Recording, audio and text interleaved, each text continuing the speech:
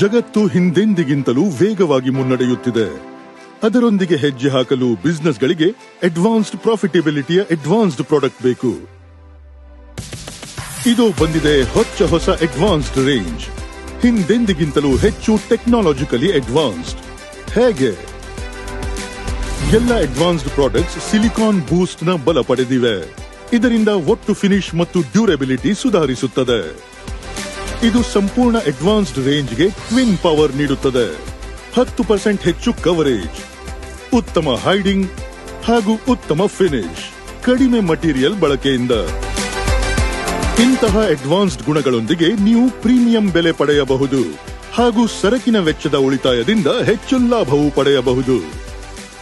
advanced range ಹೆಚ್ಚಿನ ಹೊಸ ವಾರಂಟಿಗಳ ಬಲ ಹಾಗೂ